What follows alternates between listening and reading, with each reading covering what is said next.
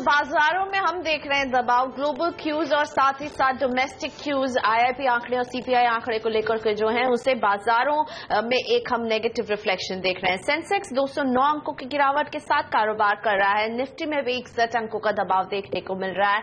Mid cap भी 72 अंकों के दबाव के साथ कारोबार कर रहा है। बैंक निफ्टी में 65 अंकों का दबाव है। एडवांस डिक्लाइन रेशियो को अगर देखें तो ये फिलहाल डिक्लाइंस की तरफ है, यानी ज्यादा शेयर्स हैं जो गिरने वाले हैं। 962 शेयर हैं जो अभी फिलहाल मार्केट में पिट रहे हैं और उनके मुकाबले केवल 375 शेयर हैं जो आगे बढ़ रहे हैं। शेयरों पर सलाह देने के लिए सौदा आपका में हमारे साथ हैं दो मार्केट एक्सपर्ट, चॉइस ब्रोकिंग के सुमित बगाड़िया और मार्केट एक्सपर्ट शाहिना मुकादम। आप दोनों का ही स्वागत है। सुमित, आपसे पहला सवाल, निफ्टी में आज आप क्या कर रहे हैं सर? क्या स्ट्रैटेजी रखेंगे निफ्टी के लिए? Good morning Priyanka. Well, as far as markets का जहां तक सवाल है, आज हमको एक करेक्शन देखने को मिली है ओपनिंग मार्केट में। 60 से 70 पॉइंट तक निफ्टी डाउन चल रहा है, बट ऐसा लग रहा है कि ये 7740 7730 के आसपास का आज का लो सस्टेन करेगा और उसके नीचे मार्केट जाएगा नहीं। ओवरऑल व्यू, जब तक 7700 निफ्टी ब्रेक नहीं करेगा तब तक मंदी नहीं करनी चाहिए। मेरे हिसाब से लोअर लेवल्स पे हमको एक बाइंग करनी चाहिए। 7740 के आसपास बाइंग सही रहेगी। 7700 का स्टॉप लॉस हम रखेंगे। हम जो रिकमेंडेशन देंगे आज हमारे क्लाइंट्स को वो 7740 के आसपास लॉन्ग ट्रेड इनिशिएट करने की देंगे विद स्टॉप लॉस ऑफ 7700 और ऊपर में इंट्राडे में टारगेट 7825 और उसके बाद अगर ब्रेक होता है और विद कंसिस्टेंसी आती है वॉल्यूम्स के साथ तो फिर 7900 तक भी जा सकता है। बट फिलहाल प्योरली इंट्राडे ट्रेड 7740 पे buy, stop loss 7700 and target 7825। Okay, चलिए, तो इंट्राडे पर्पसेस प्योरली इंट्राडे के लिए आज से लोअर लेवल्स पे खरीदारी करने के मौके ढूंढे। लेकिन चलिए, सवाल जवाब के सिलसिले की शुरुआत करते हैं। पुणे से हमारे साथ प्रकाश दुग्गल जी जुड़ रहे हैं। Prakash ji, hi, good morning sir, पूछिए अपना सवाल। Good morning sir. Yes sir. I have this Groren with 7,000 shares at the rate of 1920. 1920? 1920. 19.20, okay. हाँ, तो ये ट्रेडिंग के लिए आज से लिया था, लंबी अवधि के लिए आज से लिया था सर? लंबी अवधि के लिए। बड़े सही टाइम पे लिया था। ये स्टॉक तो बड़ा तगड़ा मोमेंटम दिखा रहा है। कहां से आपको कॉल आई थी, कैसे आपने खरीदारी करी यहाँ पे? नहीं, हम लोग सब फ्रेंड्स हैं, हम लोग बैठे थे, उसमें एक ये शेयर निकाला था और दूसरा BEML करके एक शेयर है, तो ये दो शेयर हम लोगों ने निकाले थे। चलिए, बहुत अच्छी पिक निकाली आपने। मेरे ख्याल से जब से आपने खरीदारी करी तब से ये तो एकदम ही स्ट्रांग मोमेंटम दिखा रहा है। सुमित, क्या करना चाहिए? आपने चार्ट्स देखे होंगे, बहुत स्ट्रांग मोमेंटम में ही ये काउंटर। यस, बिल्कुल आशीष, हमने चार्ट्स देखे हैं और क्लाइंट के स्टॉक पिक की भी दाद देनी पड़ेगी और इनको लगता है ऐसा ग्रुप रेगुलर बिठाना चाहिए जिसके अंदर ये स्टॉक ऐसा छाट सके और निकाल सके और हमें भी बताते रहना चाहिए। बिल्कुल। और जहां तक ये स्टॉक का सवाल है ग्रोवेल का, देखिए ये स्टॉक चार्ट्स पे अच्छा दिख रहा है। 19 रुपए और 18 रुपए के आसपास से इसके अंदर ब्रेकआउट आया है। अभी 28 रुपए 70 पैसे के आसपास चल रहा है। ये स्टॉक को फिलहाल ये होल्ड करे। इसके अंदर आने वाले दिनों में देयर इज अ पॉसिबिलिटी कि शायद ये स्टॉक 35 से 38 रुपए तक के लेवल दिखा सकता है इमीडिएटली, यानी 8 से 10 रुपए की तेजी, जो कि करीब करीब आपको 30 से 40% की तेजी देखने को मिल सकती है। तो ये स्टॉक को होल्ड करें। जब तक ये स्टॉक दोबारा अब नीचे में 23 रुपए नहीं ब्रेक करता है तब तक ये स्टॉक को पोजिशनली होल्ड कर सकते हैं। 23 रुपए पोजिशनली इनके लिए ट्रेलिंग स्टॉप लॉस रहेगा जो कि प्रॉफिट का स्टॉप लॉस है। तो इस स्टॉक को होल्ड कीजिए फॉर द टारगेट्स ऑफ 35। वाह, तो 35 तक का टारगेट आपको देखने को मिल सकता है, इसे होल्ड कीजिए मिस्टर दुग्गल। और अब आशीष का सवाल मैनपुरी से, ये जानना चाहते हैं टेक महिंद्रा के बारे में। इनके पास है टेक महिंद्रा के 50 शेयर, 554 रुपए में इन्होंने खरीदारी की थी और 1 से 2 साल का एक नजरिया इन्होंने रखा है टेक महिंद्रा को कि ये होल्ड करके रखेंगे। Shahina ma'am, good morning. Tech Mahindra आपको कैसी दिखती है ये कंपनी? क्या सलाह देंगे यहाँ आशीष को मैम? देखिए, उनको होल्ड करना चाहिए। टेक महिंद्रा के रिजल्ट्स बहुत ही अच्छे थे, बेहतर थे मार्केट के, हमारे एक्सपेक्टेशन से अच्छे थे। एंड आई थिंक अभी आगे भी जाके जैसे उन्होंने अच्छा ग्रोथ दिखाया हुआ है, गाइडेंस भी काफी अच्छा था उनका in the terms of expectation going forward. जैसे उनका ग्रोथ, आई बिलीव उनका जो रुपी ग्रोथ था वो 7% प्लस था। And I think going forward जैसे रुपी डेप्रिसिएशन होता है, उनको थोड़ा बहुत बेनिफिट या स्टेबलाइजेशन रुपी जैसे है अभी, वो उनको बेनिफिट होगा। उनके दूसरे वर्टिकल्स भी काफी अच्छे, टेलीकॉम का वर्टिकल भी काफी अच्छा किया, मच बेटर देन एक्सपेक्टेशंस। तो मैं उनको होल्ड करने की सलाह देती हूँ। I would give a target of 585 अगर वो एक साल होल्ड करते हैं, और स्टॉप लॉस जरूर लगाइए, 519 का स्टॉप लॉस लगाइए। ओके, तो आशीष जी, टेक महिंद्रा आपके पास है, होल्ड करें, आगे भी अच्छा मोमेंटम दिखा सकता है। नंबर्स स्ट्रांग है और शायद मोमेंटम जैसे शाइना इंडिकेट कर रही है स्टॉक प्राइस के लिए आज से भी कंटिन्यू होगा। लेकिन चलिए, हमारे साथ मध्य प्रदेश के सतना से केपी मिश्रा साहब जुड़े हैं। मिश्रा साहब हाय, गुड मॉर्निंग सर, पूछिए अपना सवाल। Good morning sir. मैं सर बहुत बहुत धन्यवाद सर CNBC आवाज के लिए। सर आप 2004 से हम लोगों को सर ये सुविधा दे रही हैं। और सर हमने जो है सर 2008 में सर रिलायंस इंडस्ट्रीज लिया था जब वो मद्दी आई थी। सर तब से सर हम होल्ड कर रहे हैं स्टॉक को। सर ये सिर्फ यही स्टॉक सर आगे नहीं बढ़ रहा, बाकी तो सर काफी आगे निकल गए। अब सर पेशेंस खत्म हो रहा है, क्या किया जाए सर? समझ गया मिश्रा साहब, एक तो धन्यवाद शुरुआत से ही CNBC आवाज के साथ जुड़े रहने के लिए, और हम वाकई फख्र फील करते हैं कि आपकी मदद कर पाए हम। लेकिन सुमित, एक्चुअली कंसर्न है, रिलायंस इंडस्ट्रीज 710 की बाइंग थी, प्रॉफिट में है, 200-250 रुपए के आसपास का मुनाफा हो रहा है, लेकिन बहुत लंबा अरसा हो चुका है, आजू बाजू के स्टॉक से दोगुने तिगने हो गए इस समय, इस बीच में क्या करना चाहिए? रिलायंस इंडस्ट्रीज रखूं, प्रॉफिट बुक कर लूं, रणनीति क्या बनाऊं? देखिए, बिल्कुल क्लाइंट ने बहुत लंबे समय तक इसको होल्ड किया और इसके अंदर वैसे रिटर्न्स देखने को नहीं मिले जैसे बाकी सब स्टॉक्स में देखने को मिले हैं। बट नो डाउट क्लाइंट को भी ऑलरेडी वैसे प्रॉफिट तो हो रहा है 200-220 रुपए के आसपास का। देखिए, ये स्टॉक के अंदर कोई बड़ी मंदी और बड़ी तेजी के असर अभी भी नहीं दिख रहे हैं, बट नो डाउट इसके अंदर एक बड़ी मंदी भी नहीं देखने को मिलेगी प्रेजेंट लेवल से। ऐसा लगता है कि ये स्टॉक नीचे में शायद 850-830 तक जरूर आ सकता है, बट उसके नीचे लगता नहीं है। और ऊपर के अंदर ये स्टॉक 1050 से 1100 तक का रेंज में बना हुआ है। तो जब अभी अगर ये ऊपर में 950-970 के लेवल ब्रेक करेगा तो 1100 तक के लेवल्स दिखा सकता है। तो फिलहाल जब क्लाइंट ने इतना होल्ड किया तो मैं एक बार इनको थोड़ा सा समय और होल्ड करने की सलाह दूंगा। मुझे ऐसा लगता है कि ये स्टॉक यहां से 1100 के लेवल्स तक जा सकता है, वहां पर इसको ये प्रॉफिट बुकिंग कर ले, या 1050 से 1100 के बीच में इसको प्रॉफिट बुकिंग कर ले, और उसके बाद ही अपना पैसा किसी और स्टॉक में डाले जिसके अंदर बहुत अच्छा रिटर्न्स इनको इससे ज्यादा मिल सकता है, जो कि इस स्टॉक में इनको देखने को नहीं मिला है। फिलहाल ये स्टॉक को होल्ड करे, ऊपर में एक बार लग रहा है कि 1050 से 1100 तक के लेवल्स आने वाले दिनों में ये दिखाएगा स्टॉक। ओके मिश्रा साहब, होल्ड करें, 1100 तक के लेवल्स आते हुए नजर आएंगे, तो यहां से अच्छे खासे गेन्स आप उस कंपनी स्टॉक में एक्सपेक्ट कर सकते हैं। क्योंकि रिलायंस इंडस्ट्रीज की बात हो रही है, एक स्टैंडर्ड डिस्क्लोजर वो आपकी स्क्रीन पर आया भी था। ये जो चैनल आप देख रहे हैं CNBC आवाज, इस चैनल का स्वामित्व और इस चैनल का प्रबंधन इसी कंपनी जिसकी हम चर्चा कर रहे थे, रिलायंस इंडस्ट्रीज के पास है। तो एक स्टैंडर्ड डिस्क्लोजर। एक छोटा सा ब्रेक, सुमित और शाहिना हमारे साथ बने हुए, ब्रेक के बाद भी सवाल जवाब के सिलसिले को कंटिन्यू करेंगे।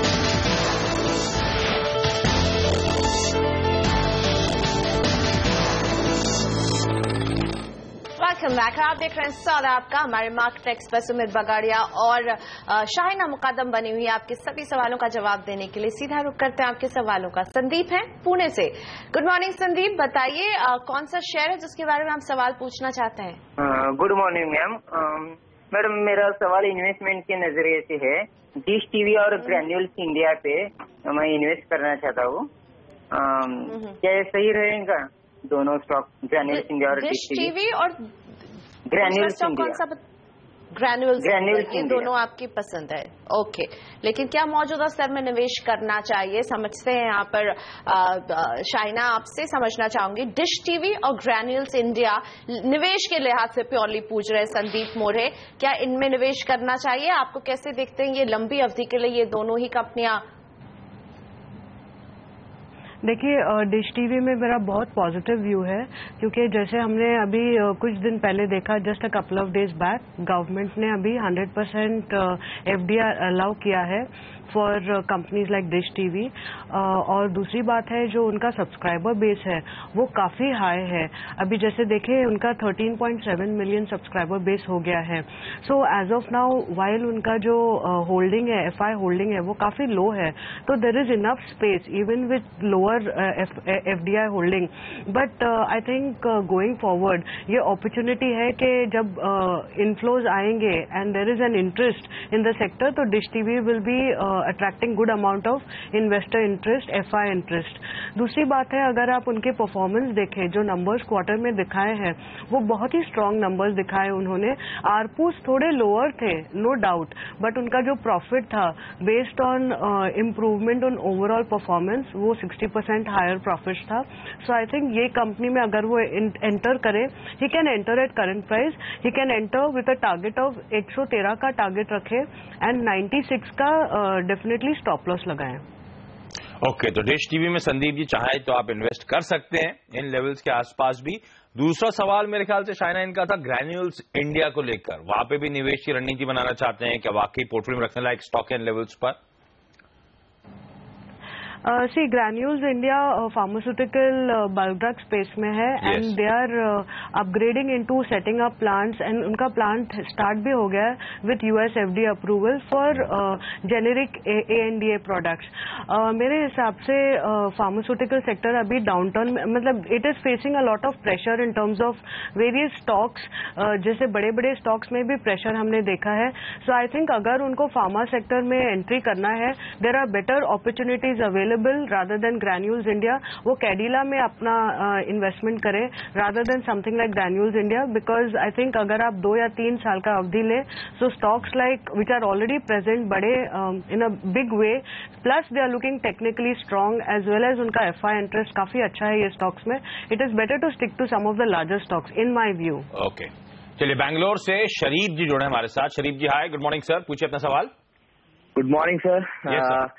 सर मेरे पास LNT के 50 शेयर है 1665 के रेट से, 1635 के रेट से, और दूसरा है मेरे पास ऑप्टो सर्किट्स 17 रुपया 65 पैसे के हिसाब से. अब मैं क्या करूं सर बताइए.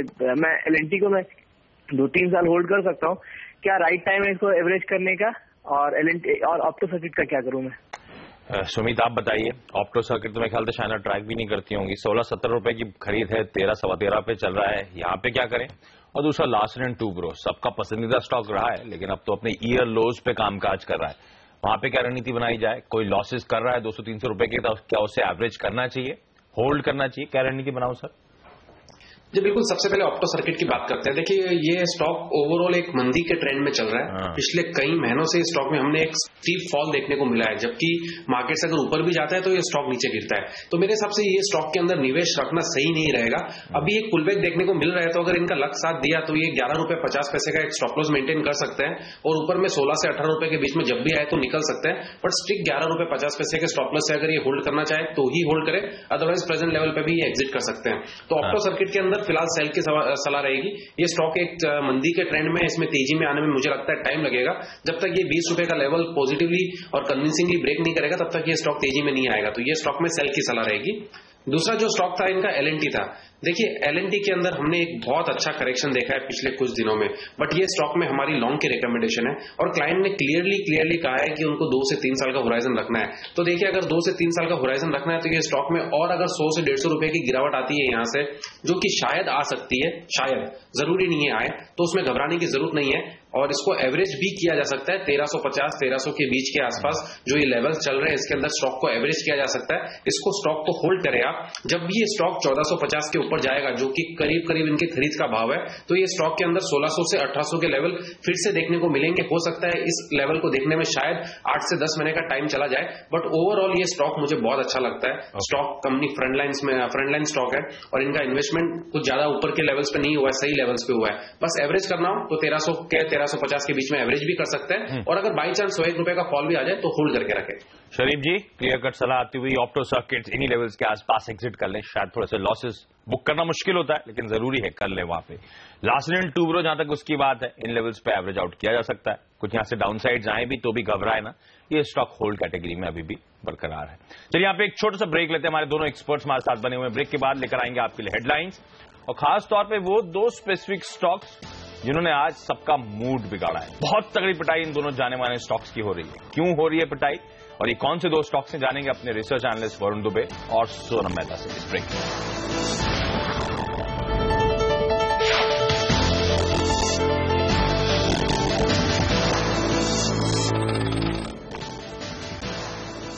खराब ग्लोबल संकेतों से बाजार में तेज गिरावट. सेंसेक्स 200 पॉइंट से ज्यादा नीचे, निफ्टी 7,760 के करीब.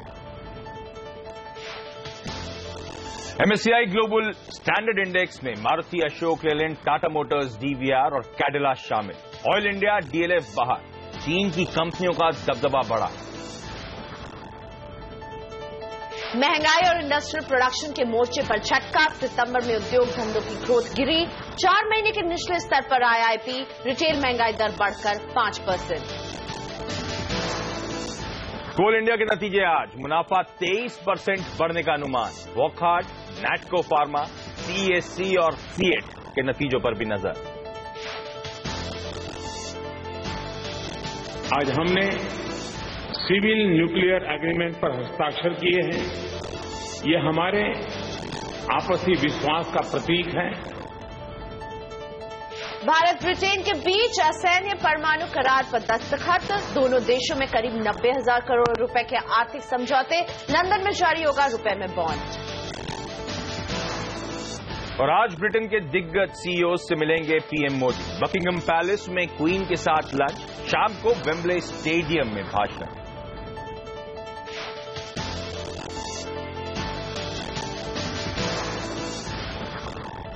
ओके, चलिए क्विकली इंडियन मार्केट्स का एक चेक ले लीजिए। कमजोरी के साथ और अच्छी खासी कमजोरी के साथ कामकाज होता हुआ। 3/4% का दबाव है सेंसेक्स और निफ्टी में। सेंसेक्स 200 अंक का गोता खाता हुआ। निफ्टी में ऑलमोस्ट 55-56 अंक की कमजोरी। 77-67 के लेवल्स पर निफ्टी इस समय कामकाज करता हुआ। तो लगातार 5 ट्रेडिंग सेशंस में कमजोरी थी। उसके बाद कल जो मुहूर्त का ट्रेडिंग सेशन था, शगुन माना जाता है, तो बिकवाली नहीं आई लकीली। और इनफैक्ट कल का मुहूर्त सेशन 7 बार का सबसे बेहतर मुहूर्त सेशन रहा था। आधे % की मजबूती के साथ बंद हुए, लेकिन आज बैक टू बिजनेस, कमजोरी के साथ कामकाज। क्यों आ रही है कमजोरी? एक नहीं, कई सारे फैक्टर्स हैं आज जो बाजार पे दबाव बना रहे हैं। सबसे पहले ग्लोबल क्यूज बेहद कमजोर थे। अमेरिकन मार्केट्स पे कल हमने देखा 1.25 से 1.5% की कमजोरी। दिन के लोज पे जाके वो मार्केट्स क्लोज हुए। यूरोप में तगड़ा प्रेशर था, वहां पे तो 1 से 2% तक का दबाव था। और इनफैक्ट मारियो द्रागी जो कि ईसीबी के प्रेसिडेंट हैं, यानी कि यूरोपियन सेंट्रल बैंक के जो प्रेसिडेंट हैं, उनके स्टेटमेंट्स यहां तक आए, बेहद डविश साउंड कर रहे थे। उनका कहना था किसी भी तरह की मदद करी जाएगी बाजारों को, इकोनॉमी, अर्थव्यवस्था को सुधारने के लिए। पर उन्होंने पॉइंट आउट करा कि हालात अभी वाकई खराब है। इन्फ्लेशन जो इंच अप हो रहा था, वो ट्रेजेक्टरी मेंटेन नहीं होगी। तो दिक्कत भरे स्टेटमेंट्स उनकी तरफ से आए। कच्चा तेल कल तगड़ी पिटाई हुई। ऑलमोस्ट 2.25% की कमजोरी आती हुई नजर आई। वजह थी यूएस में जो स्टॉक पाइल्स बढ़ रहे थे लगातार, वो एक और रीजन था। डोमेस्टिक क्यूज कल कमजोर थे। कल ध्यान रखें, अक्टूबर का सीपीआई आंकड़ा आया, यानी कि इन्फ्लेशन का आंकड़ा आया। 4 महीनों के हाईस पे पहुंचा, उम्मीद से कहीं ज्यादा। उसके साथ साथ सितंबर का आईआईपी आंकड़ा आया, 4 महीनों के लोस पे पहुंच गया, उम्मीद से कहीं कमजोर या आईआईपी आंकड़ा आया। तो ये दोनों ही आंकड़े उल्टे पड़े और दोनों में कमजोरी देखने को मिली। इसके अलावा ध्यान रखें, आज का ट्रेडिंग सेशन एक ट्रंकेटेड वीक का एक छोटा सा सेशन है। कल छुट्टी थी, कल फिर से वीकेंड शुरू हो जाएगा, तो बहुत ज्यादा पार्टिसिपेशन, बहुत ज्यादा वॉल्यूम्स नहीं है। और अबव ऑल अगर आप सुपरस्टिशन में बिलीव करते हैं तो आज फ्राइडे द 13th है। कई सारे वेस्टर्न इकोनॉमीज, वेस्टर्न कंट्रीज के लोग मानते हैं दिन बड़ा ऑस्पिशियस नहीं होता, और शायद मार्केट तो ये रिजेंबल कर रहा है। कमजोरी के साथ कामकाज है। लेकिन इस कमजोरी में कुछ स्पेसिफिक स्टॉक्स हैं जो बाजार का मूड बहुत ज्यादा बिगाड़ रहे हैं। एक स्टॉक आएगा आपकी स्क्रीन पर, वो है इंडिया बुल्स हाउसिंग फाइनेंस का। एक्विजिशन करा मोदी साहब की विजिट पे, वो एक्विजिशन अनाउंसमेंट हुआ कि एक बैंक को एक्वायर करेंगे, और स्टॉक आपकी स्क्रीन पर ऑलमोस्ट 12-13% के दबाव के साथ कामकाज कर रहा है। और दूसरा स्टॉक है रॉस इंटरनेशनल का। अपने हाई से 50% से ज्यादा झटक चुका है ये काउंटर, और आज फिर से लोअर सर्किट पर है। क्या वजह इन दोनों स्टॉक्स में कमजोरी की? हमारे साथ सोनम और वरुण जुड़ रहे हैं। वरुण, पहले आप बताएं, रॉस इंटरनेशनल क्यों इतना दबाव? देखिए, दरअसल पिछले 3 हफ्तों से इस कंपनी में आपको दबाव देखने मिलेगा, और आरोपों के घेरे में है दरअसल ये कंपनी। सबसे पहले आरोप लगाया था वेल्स फार्गो ने इस कंपनी के अकाउंटिंग प्रैक्टिसेस पे। उसके बाद वेबसाइट सीकिंग अल्फा ने भी इसके अकाउंटिंग प्रैक्टिसेस पे आरोप लगाया था। और हाल ही में 10 नवंबर को दरअसल सीकिंग अल्फा ने कहा था कि इस कंपनी ने अपनी जो थ्योरेटिकल रेवेन्यूज है और साथ ही साथ जो मूवीज डिस्ट्रीब्यूशन है उसको 100 से 200% तक इन्फ्लेट करके बताया है। गंभीर आरोप थे इस कंपनी पे। और इसके लिए अगर आप वेनेजे को देखें, इस कंपनी के जो यूएस में जो स्टॉक है ईरोस इंटरनेशनल पीएलसी का, उसमें करीब 30% की गिरावट देखने मिली। उसके बाद अब खबरें ये निकल के आ रही है कि कुछ यूएस की जो लॉ फर्म्स है, ब्लॉक एंड लेविंगटन, वुल्फ, हेल्डेनस्टाइन ऐसे नाम की जो फर्म्स है, वो दरअसल अब इस कंपनी के जो जितने भी अकाउंट्स है उसके खिलाफ इन्वेस्टिगेशन कर रही है। उन फर्म्स का ये कहना है कि इस कंपनी जो फेडरल सिक्योरिटी लॉ है उसका उल्लंघन किया है, उसको ब्रीच किया है, और इसी के चलते अब ये इसकी इन्वेस्टिगेशन कर रही है। और यूएस में इस तरह की इन्वेस्टिगेशन करना किसी भी कंपनी के लिए काफी भारी पड़ सकता है। और इसी के लिए आप देख रहे हैं इस काउंटर की आज इंडियन मार्केट में ईरोज इंटरनेशनल की तगड़ी पिटाई देखने मिली है, 10% के आसपास की गिरावट देखने मिल रही है। दोनों ही काउंटर्स, ईरोज इंटरनेशनल पीएससी बोलिए या ईरोज इंटरनेशनल बोलिए जो इंडिया में लिस्टेड है, दोनों ही काउंटर में अगर आप देखें तो अपने हाई से करीब 60 से 75% तक गिर चुके हैं। तो जो आरोप इस कंपनी पे लगाए जा रहे हैं उसका एक रिफ्लेक्शन आपको इन काउंटर्स पे देखने मिल रहा है। तो इरोज के लिए मुश्किलें बढ़ती हुई, लेकिन एक और स्टॉक जो आज भारी गिरावट दिखा रहा है वो है इंडिया बुल्स हाउसिंग फाइनेंस का। और क्यों है ये गिरावट, बताने के लिए मेरे साथ है हमारी सहयोगी सोनम। सोनम, क्या वजह देख रही हैं आप इस गिरावट के पीछे? खबर यह है कि कंपनी ने UK based OakNorth bank को खरीद लिया है। यहाँ पे 40% की हिस्सेदारी खरीदी गई है। डील लगभग 660 करोड़ रुपए की हुई है। ये यूके बेस्ड बैंक है जिसको हाल ही में एक बैंक लाइसेंस मिला था, मतलब आप उसको एक स्टार्टअप बैंक कह सकते हैं। और कंपनी के पास यहाँ पर एक ऑथराइजेशन है डिपॉजिट्स एक्सेप्ट करने का। अब इस डील काफी पॉजिटिव मान रही है इंडिया बुल हाउसिंग फाइनेंस, जहां पे इस डील से बैंक ना होने के बावजूद कंपनी को लाइसेंस मिल जाएगा डिपॉजिट्स लेने का या फिर डिपॉजिट्स एक्सेप्ट करने का। लेकिन इस डील को ब्रोकरेज हाउसेस नेगेटिव मान रहे हैं, या फिर उनका मानना है ये डील काफी महंगी है। जहां पे सीएलएस ने अपनी खरीदारी की सलाह तो बरकरार रखी है, लेकिन लक्ष्य को घटा दिया है। जो 860 का पहले लक्ष्य था उसको घटाकर अब 850 का कर दिया है, जहां पे सीएलएस के मुताबिक ये डील का फायदा कंपनी को लंबे अवधि में ही मिलेगा।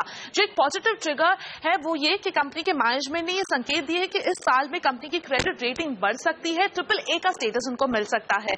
वहीं नोमुरा के मुताबिक उन्होंने अपनी खरीदारी की सलाह तो बरकरार रखी है, लक्ष्य 800 का बनाए रखा है, लेकिन नोमुरा के मुताबिक एक स्टार्टअप बैंक के लिए ये डील काफी महंगी कही जा सकती है। साथ ही उनका मानना है कि कंपनी ने हाल ही में जो पैसे जुटाए थे 4000 करोड़ रुपए QIP के जरिए, इन पैसों का इस्तेमाल और बेहतर तरीके से हो सकता था, या फिर एक्विजिशन को कैपिटल रेजिंग से पहले कंपनी को करना चाहिए था। साथ ही उनका मानना है ये निवेश को या फिर इस खरीदारी को छोटे अवधि का ही फायदा मानकर आपको चलना चाहिए। सिर्फ एक अगला जो बड़ा ट्रिगर कंपनी के लिए बन सकता है वो है क्रेडिट रेटिंग का अपग्रेड होना, एक AAA का स्टेटस मानना। तो डेफिनेटली ये ब्रोकरेज हाउसेस डील को थम्स अप नहीं दे रहे हैं। ओके, तो इरोज में जो तमाम डिस्क्लोजर्स अब तक इस कंपनी ने करे थे उसको लेकर ही सवालिया निशान उठ चुका है। उसका खामियाजा इंडियन सब्सिडियरी भी भुगतती हुई 10% लोअर सर्किट पर। इंडिया बुल्स हाउसिंग फाइनेंस जो यूके में बैंक की खरीदारी करी, जैसे सोनम हाईलाइट कर रही है, कई सारी ब्रोकरेजेस मानती हैं एक महंगा बाय है और 15% का दबाव इस स्टॉक में। शाइना, इन दोनों ही स्टॉक्स में क्या करूं? देखिए, एक्चुअली ईरोज इंटरनेशनल के नंबर्स जो लोकल नंबर्स है वो अच्छे ही आने की उम्मीद है। I think company should do well. Eight the same time ये जो इश्यूज निकल रहे हैं उनके रिपोर्टिंग ऑफ इनकम रिपोर्टिंग के ऊपर, तो उस हिसाब से आई थिंक थोड़ा बहुत वीकनेस स्टॉक में होगा, but I think fundamentally it should bounce. तो अगर लोअर स्टॉक लोअर लेवल्स पे मिलता है, in my view fundamentally for a medium term investor opportunity अच्छा है। काफी स्टॉक घट चुका है, so I think a bounce from these levels should be possible. और Indiabulls housing finance of course जैसे उनका जो I think it is a medium to longer term bet, because काफी स्टॉक रन हो चुका है, and also in terms of you know the उनका जो अभी एक्विजिशन जो उन्होंने किया है अभी यूके में, I think to that extent we are seeing some bit of softness, but I think at the same time यहाँ से 800-850 रुपए का लेवल हम 6 महीने में देख सकते हैं। So it is basically a stock that थोड़े लोअर लेवल्स पे अगर लेना है तो ले सकते हैं। ये I think it's entering a consolidation phase for some time. लेते एक छोटा सा ब्रेक यहाँ पर, लेकिन ब्रेक के बाद शामिल करेंगे अपने दर्शकों के सवालों को। सोनम और वरुण का धन्यवाद हमारे साथ जुड़ने के लिए, लेकिन हमारे दोनों मार्केट एक्सपर्ट बने हुए हैं, हम अभी हाजिर हो रहे हैं आपके सवालों के जवाब के साथ।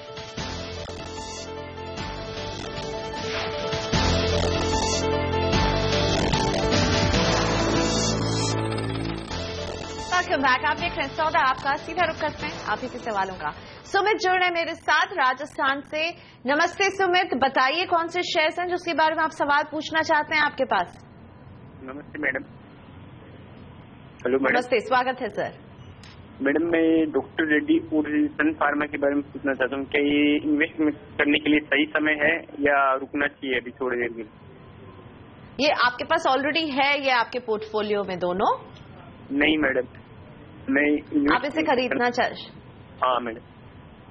आप इसे शामिल करना चाहते हैं, लेकिन यूएस एफडीए के जांच के दायरे में ये दोनों ही कंपनियां रही हैं। डॉक्टर रेड्डीज और सन फार्मा में हमने शार्प डिक्लाइन देखा था पिछले हफ्ते। शाहिना, आपसे समझना चाहूंगी, जब यूएस एफडीए जिस तरह की बातें कर रहे हैं, वार्निंग लेटर इशू किए जा रहे हैं और इन दोनों ही में हमने एक शार्प डिक्लाइन भी देखा है। डॉक्टर रेड्डीज और सन फार्मा डिफेंसिव सेक्टर है, क्या करने की सलाह देंगी सुमित जैसे इन्वेस्टर माइंडेड लोगों को जो इसको बाय करने चाह रहे हैं इन लेवल्स पर अभी? देखिए, एक्चुअली ये जो यूएस एफडीए के जो लेटर्स हैं वो मेरे हिसाब से काफ़ी important in terms of near term performance as well as medium term performance in terms of profits, in terms of sales. काफ़ी जैसे यूएस के जो टर्नओवर है वो ये कंपनीज के दोनों Sun as well as doctor Reddy के बहुत इंपॉर्टेंट कंपोनेंट्स हैं। तो वहाँ पर कुछ भी हानि होती है, it becomes a very big मतलब बहुत बड़ी प्रॉब्लम हो जाती है कंपनीज को नए प्रोडक्ट्स लॉन्च करने के लिए। नाउ डॉक्टर रेड्डी के जो प्लांट्स अंडर स्कैनर आए हुए हैं वो बहुत इंपॉर्टेंट प्लांट्स है for exports to USA for the ANDA products. तो मेरे हिसाब से ये दोनों स्टॉक्स में, और सन फार्मा का भी सिमिलर, हलोल प्लांट में अभी भी प्रॉब्लम्स चले हैं जो हमने सोचा था कि सॉर्ट आउट हो रहे हैं, वो अभी तक नहीं सॉर्ट आउट हुए हैं।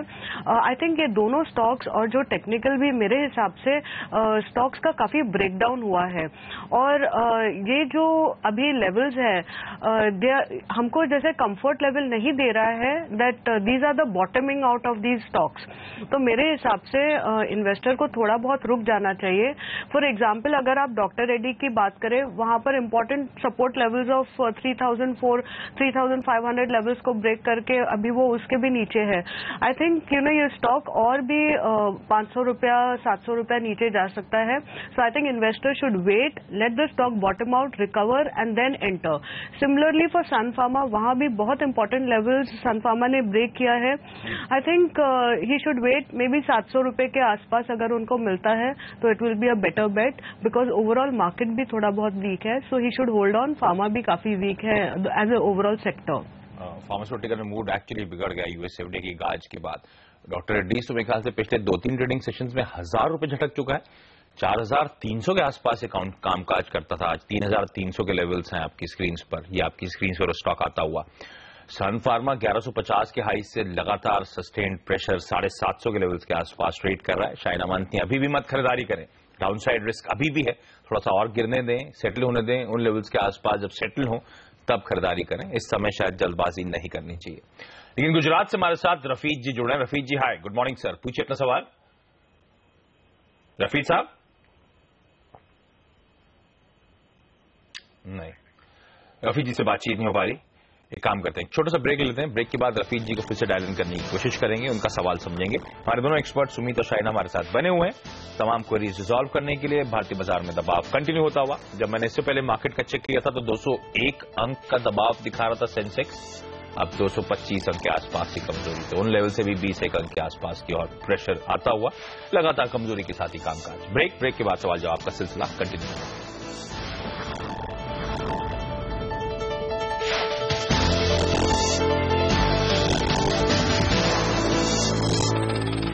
ब्रेक के बाद आपका स्वागत है और जयपुर से हमारे साथ राम किशोर जी जुड़ रहे हैं। Ram ji hi, good morning sir, पूछिए अपना सवाल। सर नमस्ते। नमस्कार सर। सर मेरे पास वोकार्ड के 25 शेयर हैं 1280 रुपए के। ओके। और एक मेरे पास BF यूटिलिटी के 100 शेयर लिए हुए हैं 594 रुपए के। तो एक में फायदा हो रहा है, एक में थोड़ा सा नुकसान हो रहा है। राम जी कितने समय के लिए लिया था आपने? थोड़ा लंबी अवधि का नजरिया था, ट्रेडिंग का मानसिकता थी, 6 महीने तक, क्या टाइम होराइजन सोचा था? नहीं, मैं लंबे समय तक रुक सकता हूँ, साल भर 2 साल तक। साल भर का नजरिया है, ओके। वोकार्ड तो वैसे ध्यान रखें आज अपने तिमाही रिजल्ट्स भी घोषित करने वाला है, तो उस लिहाज से और भी इंपॉर्टेंट हो जाता है। हालांकि एक्सपेक्टेड है कि नंबर्स स्ट्रांग होंगे। स्ट्रांग इसीलिए क्योंकि पीता जिस साल से हम कंपेयर कर रहे हैं, जिस क्वार्टर से, बड़ा लो बेस था, 2-3 करोड़ रुपए का मुनाफा था, तो वहां से तो बड़ा तगड़ा जंप आपको देखने को मिलेगा। लेकिन वोकार्ड के साथ इंपॉर्टेंट है किस हद तक भारत में, किस हद तक यूके में ग्रोथ देखने को मिलेगी, क्योंकि यूएस की जो दिक्कतें हैं उसकी किस हद तक भरपाई इन ज्योग्राफीज कर पाती हैं, उस पर सबकी नजरें रहेंगी। लेकिन चाइना वोकार्ड में मुनाफा हो रहा है, इनको 200-250 रुपए के आसपास में देख रहा था, 200 रुपए का मुनाफा है। 1 साल का टाइम होराइजन है। दूसरा BF यूटिलिटी, इनकी बाइंग के आसपास है, 15-16 रुपए का नुकसान हो रहा है। ये दोनों स्टॉक्स पे क्या कॉल होगी मैम? देखिए, वोकहार्ट बहुत ही वॉलेटाइल स्टॉक है और अभी मेरे हिसाब से फार्मास्यूटिकल्स में इतना अभी there is not so much interest, तो एक बार उनको प्रॉफिट हो रहा है रिजल्ट के बाद, अगर चाहे तो वो देख के एक बार बुक कर सकते हैं, या इनफैक्ट मेरे व्यू से even he can book it now, enter into दूसरा कोई सेफर स्टॉक है। वोकहार्ट में जो प्रॉब्लम्स है US FDA के, वो अभी भी कंटिन्यूइंग है और काफी टाइम लगेगा उनके प्रॉफिट्स को to come to a very good level. Long term अगर 2 या 3 साल होल्ड करते हैं तो वैल्यूएशन वोकहार्ट के काफी ठीक है compare to the other stocks. That is not a problem. 1700 का लेवल उनको दिख सकता है, but that is really a long term holding और ये स्टॉक 500 रुपया प्लस माइनस में जाता है। It goes moves between 1200 and 1700, तो ये रेंज उनको ध्यान रख के चलना चाहिए। मेरे हिसाब से एक बार बुक करके सेफर स्टॉक में, सेफर सेक्टर में जाना चाहिए as of now. BF utilities, I think वहां पर भी थोड़ा बहुत करेक्शन आ रहा है। मेरे हिसाब से उनके जो नंबर्स जो अभी आने हैं वो आई वुड से कि थोड़े बहुत डिसअपॉइंटिंग होंगे, जैसे हमने लास्ट 2 क्वार्टर्स में, 3 क्वार्टर्स में देखा है। जो उनके परफॉर्मेंस है वो काफी इट हैज बीन डिसअपॉइंटिंग। तो मेरे हिसाब से इवन BF यूटिलिटीज अभी जो थोड़ा बहुत करेक्शन आ रहा है, he should get out of that stock also, because वहां पर भी अगर आप उनका P देखो, इट इज अबाउट उनका जो P है, it's about India P is much higher than the sector overall sector P construction का अबाउट 10 टाइम्स है, तो उनका जो P है उससे हायर है। मेरे हिसाब से यहाँ से और 30 to 35 रुपीज नीचे जा सकता है, अराउंड टू 500 रुपीज जा सकता है। तो एक बार वो इस स्टॉक में भी निकल जाइए, लोअर लेवल्स में ही कैन रीलुक टू एंटर। तो रामकिशोर जी, आपके लिए सलाह है कि BF यूटिलिटी और वोकहार्ट दोनों में से निकलने की सलाह यहाँ आपको शाहीना दी गई है। वक्त हो गया है ब्रेक का, लेकिन आगे बात करेंगे MSCI के इंडेक्सेस में शामिल और बाहर हुए शेयरों के बारे में। हमारे साथ जुड़ेंगे सारी जानकारी के साथ हमारे सहयोगी डिम्पी।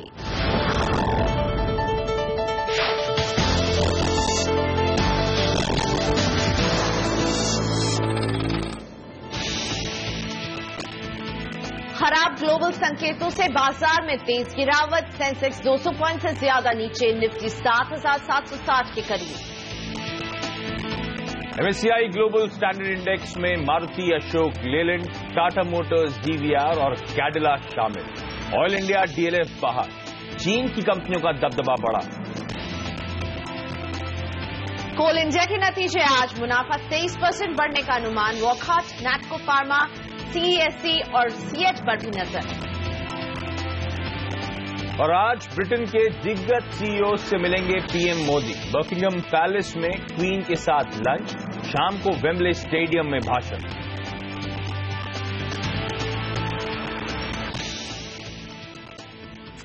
तो MSCI में बड़े बदलाव हुए हैं। मेरे साथ है हमारे सहयोगी डिम्पी कालरा। डिम्पी, ये बताइए, अब भारत की कौन कौन सी कंपनियां MSCI में शामिल हो गई हैं?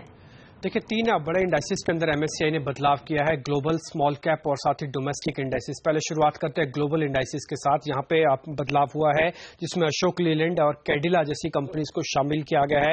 मारुति और टाटा मोटर्स, 2 ऑटो की बेस्ड जो कंपनीज हैं, वो भी इसके अंदर शामिल होती हुई दिखी हैं। इसके अलावा जो कंपनी बाहर गई है उसमें DLF है।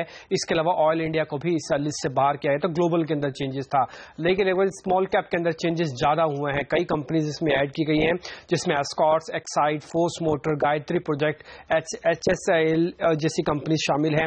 सीड सेगमेंट्स में हिम्मत सारा सीड और साथ ही कावेरी सीड्स भी शामिल हुआ है। इसके अलावा KEC international, shipping corporation of India और शासन फार्मा जैसी कंपनीज को भी इस बार के इंडेक्सेस में जगह मिली है। जो कंपनीज बाहर गई हैं, अगर आप उसकी लिस्ट देखें तो वो भी छोटी नहीं है। उसमें एबन ऑफशेयर बाहर हुआ है, श्री रेणुका, टोरेंट फार्मा जैसी कंपनीज को बाहर किया गया लिस्ट से। साथ ही महाराष्ट्र सीमलेस और JP पावर को भी इस लिस्ट से बाहर किया गया है। ये दूसरा इंडेक्स जिसमें बदलाव किए गए।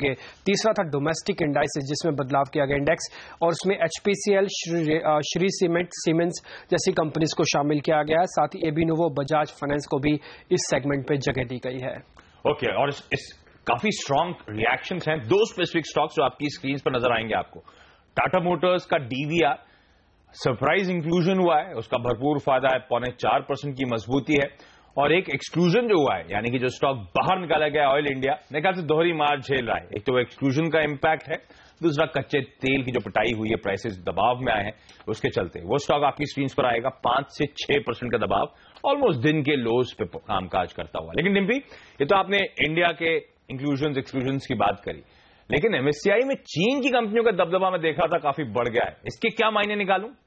इसके माने आप निकाल सकते हैं, क्योंकि भारत के लिए एक चिंता की बात सामने निकल गई, स्पेशली आईटी कंपनीज के लिए, क्योंकि जो रीबैलेंसिंग कर रहा है आप एमएससीआई, उसके चलते अब चीन की आईटी दिग्गज आईटी कंपनीज को भी जगह मिलेगी और अलीबाबा जैसी बड़ी कंपनीज को भी इसके अंदर जगह दी जाएगी। हालांकि जो आंकड़े हैं उसमें यह है कि करीब दर्जन भर कंपनीज ऐसी होंगी जिसको इसके अंदर शामिल किया जाएगा। इससे जो फ्लो की बढ़ने की बात है वो करीब $7,000 करोड़ का फ्लो बढ़ जाएगा। ये जो रीबैलेंसिंग होगी, इससे ये भारत का जो दबदबा है, क्योंकि इमर्जिंग कंट्रीज में भारत भी आता है, तो उसकी आईटी कंपनीज के लिए कड़ी चुनौती साबित होगी और आगे चल के ये देखना होगा कि भारतीय आईटी कंपनीज कैसे इससे जद्दोजहद करती हैं। लेकिन ये जो खबर आई है, no doubt Indian IT pack के लिए थोड़ा दबदबा लेके आती हुई दिख रही है और ये जो बदलाव है वो 1 दिसंबर से हो जाएंगे। चलिए, आपका बहुत बहुत धन्यवाद। इंपैक्ट इसका काफी हद तक इसका भी देखने को मिल रहा है, और जैसे आप हाईलाइट भी कर रहे हैं डिम्पी की चीन की जो कंपनियों का वेटेज बढ़ रहा है, उससे ऑब्वियस है कि बाकी इमर्जिंग मार्केट्स इंडेक्स में उनका वेटेज स्क्वीज होता हुआ नजर आएगा। तो एक और रीजन बाजार में मूड खराब होने का, लेकिन ऑयल इंडिया आज 5-6% का इस एक्सक्लूजन के चलते दबाव दिखाता हुआ मैं देख रहा था। ये ध्यान रखें, एमएससीआई का एक सेमी एनुअल रिव्यू होता है। सेमी एनुअल मतलब हर 6 महीने एक बार रिव्यू करती है वो, और उसमें वेटेजेस बदले जाते हैं, इंक्लूजन एक्सक्लूजन होते हैं, वो सब बाजार उस पर पहले नजर रखता है। काफी हद तक फैक्टर इन था, कई सारे स्टॉक्स बाजार पहले से एंटिसिपेट कर रहा था, जो नहीं कर रहा था उसमें इंपैक्ट बड़ा स्ट्रांग है। कितने निवेश की उम्मीद में डिम्पी का एक मेल देख रहा था। मारुति में almost $42.5 crore, Tata Motors DVR में ऑलमोस्ट $9 करोड़, अशोक लेलैंड में $8 से $9 करोड़ और कैडिला में ऑलमोस्ट $7.25 करोड़ के आसपास यहां पे फंड्स आते हुए नजर आएंगे, पैसा आएगा इन कंपनीज में, इसीलिए ये स्टॉक शायद आगे अच्छा परफॉर्म करें। लेकिन सुमित, इस बीच सुमित के पास जाऊं उससे पहले आपकी स्क्रीन पर इंडियाबुल्स हाउसिंग फाइनेंस दिन के लोज के आसपास 17-17.5% तक गिरता हुआ मुझे नजर आया था। बेहद कमजोरी के साथ कामकाज हो रहा है। एक रैंक आउट परफॉर्मर था, अपने ईयर हाई से मेरे ख्याल से महज 10-12% नीचे ही कामकाज कर रहा था अगर मुहूर्त सेशन की क्लोजिंग का प्राइस लूं तो अभी तक बड़ा प्रीमियम कमांड कर रहा था। लेकिन ये जो खरीद हुई है, जिसके चलते काफी चिंताएं जताई जा रही हैं कि शायद एक स्टार्टअप को बड़ा महंगे में खरीद लिया है, एक ऐसे बैंक को खरीद लिया है जिसके वैल्यूएशन जिस खरीद डील हुई है 40% स्टेक की $100 मिलियन, $650 करोड़ रुपए के आसपास, कहा जा रहा है बड़ा महंगा है। जो पैसे उठाए थे ऑफ लेट इस कंपनी ने, उसका कुछ बेहतर इस्तेमाल हो सकता था। और स्टॉक देखिए कैसे प्राइस आज प्रेशर आता हुआ, 16-17% कमजोरी है। और ये वो स्टॉक है जहां पे एफआईआईज की होल्डिंग मुझे याद है बड़ी स्ट्रांग है, 45% के आसपास, और पिछले 2 क्वार्टर्स में भी एफआईआईज ने लगातार अपनी होल्डिंग इस कंपनी में बढ़ाई है और आज तगड़ी मार चल रहा है। लेकिन सुमित, अब तो ऑलमोस्ट 1.5-2-2.5 घंटे का सेशन हो चुका है। आपसे जानना चाहूंगा सर, 1-2-3 ट्रेडिंग आइडियाज दे दें अगर मुझे इस कमजोर बाजार में कहीं मौके, चाहे खरीदारी करके कमाऊं या बिकवाली करके कमाऊं, लेकिन कुछ स्टॉक्स जहां पे अभी भी मैं ट्रेड इनिशिएट कर लूं। वेल देखिए आशीष जी, दोनों तरफ से मौके हैं। हाँ। एक खरीदारी करके भी है और एक बिकवाली करके भी है। पहले खरीदारी करके बात करते हैं, क्योंकि जनरली खरीदारी करके हम कमाई करना ज्यादा पसंद करते हैं हमेशा। वेल बैंकिंग के अंदर एक्सिस बैंक आज अच्छा ट्रेड कर रहा है और आज एक्सिस बैंक के अंदर अच्छा मूवमेंट भी देखने को मिला है। और no doubt after a sharp fall पिछले कुछ महीनों में हमको देखने को मिला है, उसके बाद ऐसा लगता है एक्सिस बैंक अब यहाँ पे एक सपोर्ट लेके यहाँ से फ्रेश तेजी स्टार्ट करेगा। तो मेरे हिसाब से एक्सिस बैंक में एक तेजी का मौका है। प्रेजेंट लेवल पे 480-475 के बीच के आसपास एक्सिस बैंक में लॉन्ग किया जा सकता है। शायद 482 के आसपास अभी ट्रेड कर रहा है, थोड़ी देर में इसमें तेजी आई है। जब हमने शो स्टार्ट किया था तब 475 के आसपास ट्रेड कर रहा था, तो ऑलमोस्ट 7-8 रुपए बढ़ा हुआ है ये। But no doubt present levels पे इसको वापस लॉन्ग किया जा सकता है। ऊपर में हमें ऐसा लग रहा है कि इसने जो एक हफ्ते पहले का जो इसने गैप डाउन दिया था 516 से 490 लेवल्स का, सबसे पहले वो गैप फिल करने के लिए जाएगा। यानी मेरा पहला टारगेट होगा एक्सिस बैंक के अंदर 520 रुपए का, और उसके बाद दूसरा टारगेट होगा 540 रुपए का। यानी करीब करीब 50 से 60 रुपए की तेजी के लिए हम प्रेजेंट लेवल्स पे एक्सिस बैंक को लॉन्ग करेंगे। 450 का स्टॉप लॉस रखेंगे। हो सकता है ये मूवमेंट हमको 4 से 5 दिनों में देखने को मिले, नहीं तो हफ्ते 10 दिनों में मुझे ऐसा लगता है 520 तक के टारगेट्स हमको इजीली देखने को मिल जाएंगे। तो तेजी का जो एक स्टॉक सिलेक्ट करना है प्रेजेंट लेवल्स पे, अगर बाय करना है एक्सिस बैंक को सिलेक्ट करें और इसको बाय करके काम करें। लॉन्ग टर्म के लिए भी स्टॉक अच्छा है और शॉर्ट टर्म के लिए भी स्टॉक अच्छा है। दूसरा एक और एक स्टॉक जैसे आप पूछ रहे थे बताने के लिए, तो वो मंदी में एक स्टॉक है मेरे पास। आपने जैसे देखा होगा कि मेटल्स में अच्छी खासी मंदी चल रही है पिछले कई महीनों से, और कमोडिटीज में भी थोड़ा क्लोजली ट्रैक करते हैं हम। कमोडिटीज के अंदर आज भी एलएमई के अंदर मोस्टली मेटल्स में मंदी है, कॉपर, जिंक, लेड, निकल, एल्यूमिनियम।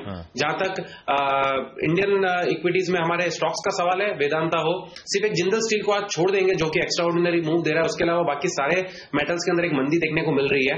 और मोस्टली मेटल्स के अंदर मुझे ऐसा लगता है कि आने वाले समय में हमें एक अच्छी खासी मंदी देखने को मिलेगी अगले 2 से 3 महीनों के लिए। तो अगर किसी को ट्रेड इनिशिएट करना हो मेटल्स में, तो लॉन्ग ना जाके बल्कि सेल का ट्रेड इनिशिएट करें। सबसे बेस्ट काउंटर जो अभी सेल ट्रेड इनिशिएट करने के लिए नजर आ रहा है मेटल्स में, वो है वेदांता। वेदांता के अंदर 88, 89, 90 इनमें से किसी लेवल के आसपास आपको सेल इनिशिएट करने को मिले तो आप बिल्कुल सेल इनिशिएट कर सकते हैं। 5 रुपए ऊपर का स्टॉप लॉस होगा और नीचे में 10 से 15 रुपए के टारगेट्स हमको देखने को मिल सकते हैं। यानी कि पहला टारगेट रहेगा 80 रुपीज, और 80 अगर ब्रेक कर देता है तो शायद देयर इज अ पॉसिबिलिटी कि हम 74 तक के लेवल्स भी देख सकते हैं 15-20 दिनों के अंदर। तो 80 रुपीज इमीडिएटली टारगेट के लिए प्रेजेंट लेवल्स पे सेल करके ट्रेड इनिशिएट किया जा सकता है वेदांता के अंदर। दोनों साइड के मौके, एक्सिस बैंक खरीदारी करने की सलाह, वेदांता में बिकवाली करने की रणनीति, लेवल जो सुमित सुझा रहे हैं आपकी स्क्रीन पर। लेकिन सुमित, एक स्टॉक जो अब बाकी चिंता जता रहा है, इंडियाबुल्स हाउसिंग फाइनेंस 16% नीचे अपने इंपॉर्टेंट सपोर्ट लेवल्स के आसपास मेरे ख्याल से इस समय पहुंच चुका है। क्या लग रहा है सर चार्ट पे? देखिए, ये स्टॉक ने आज एक एक्स्ट्रा ऑर्डिनरी मूव दिया है और बहुत बड़ा फॉल आ गया। नो डाउट न्यूज के चलते ही स्टॉक के अंदर दबाव देखने को मिल रहा है, लेकिन एक बार ये न्यूज को ठंडा हो जाने दीजिए, तब तक एक बार स्टॉक के अंदर फ्रेश बाइंग के लिए एक बार वेट करें। अगर मैं वीकली चार्ट देखूं, जो कि मैं अभी प्रेजेंटली देख रहा हूं, तो इसके अंदर जो मेजर सपोर्ट बन रहा है वो बन रहा है 540-550 के आसपास। अभी 598 के आसपास चल रहा है, यानी 40-50 रुपए की जगह अभी और बनती है स्टॉक के अंदर एक गिरावट देखने को शायद उस लेवल तक मिल सकती है। तो एक बार रुके, स्टॉक को न्यूज को पूरा कंज्यूम करने दे, उस न्यूज के चलते जितना भी इस पे दबाव आ रहा है पूरा आने दे। लॉन्ग टर्म के लिहाज से लगता नहीं है कि कंपनी में कोई खराबी है। हाउसिंग फाइनेंस के अंदर मुझे ऐसा लगता है आने वाला साल बहुत अच्छा रहेगा, फिर चाहे वो LIC हाउसिंग फाइनेंस हो, या फिर HDFC हो, या फिर दीवान हाउसिंग फाइनेंस हो, या फिर इंडिया बुल्स हाउसिंग फाइनेंस हो। ये सारे ही स्टॉक्स हमको अच्छे लगते हैं आने वाले साल भर के टाइम होराइजन से। प्रेजेंट लेवल्स पे जो फॉल देखने को मिल रहा है, इसको specially India bull housing finance में एक बार थोड़ा सा और आने दे, न्यूज को पूरा कंज्यूम करने दे। उसके बाद 550 के आसपास अगर ये सपोर्ट लेता है तो या तो वहां पे बाइंग करेंगे, या कहीं पर भी ये सपोर्ट लेके घूमता है तब बाइंग करेंगे। फिलहाल एक बार बाइंग के लिए रुक जाए, और जिनकी एग्जिस्टिंग पोजीशन है उनको 550 के स्टॉप लॉस से, ट्रेलिंग स्टॉप लॉस से होल्ड करना चाहिए, और अगर ऊपर का भी लिया हुआ है तो भी 550 का स्टॉप लॉस रखना चाहिए। कईयों की पोजीशन होंगी एक्चुअली 550 पे अपना स्टॉप लॉस मेंटेन करें या फिर बनाए। चलिए, सुमित और शाइना हमारे साथ बने हुए, ब्रेक के बाद भी सवाल जवाब के सिलसिले को कंटिन्यू करेंगे।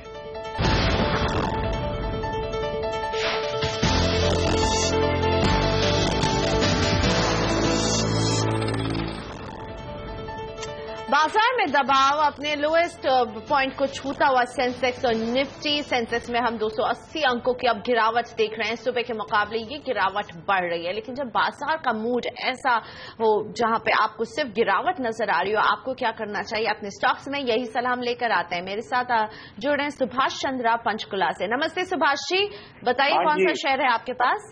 मेरे पास कैरन है जी, कैरन 300 है, मैंने 250 का लिया था, अभी 134 है, क्या करूं? बहुत ज्यादा आपको नुकसान हो रहा है। वैसे सुभाष जी, आपने जब लिया था तो लंबी अवधि के लिहाज से लिया था या फिर आप इसमें अभी लंबी अवधि के लिए लिए थे? और आज निफ्टी के टॉप लूजर्स में भी केन इंडिया शामिल है, 250 रुपए की खरीद रही है, 116 रुपए के नुकसान पर बैठे हुए हैं। शाइना मैम, केन इंडिया में अभी आप क्या करने की सलाह देंगी? सुभाष जी को बहुत ज्यादा नुकसान हो रहा है, लेकिन ये कंपनी, इसके आप फंडामेंटल्स कैसे देख रही हैं और आगे के लिए क्या राह हो सकती है?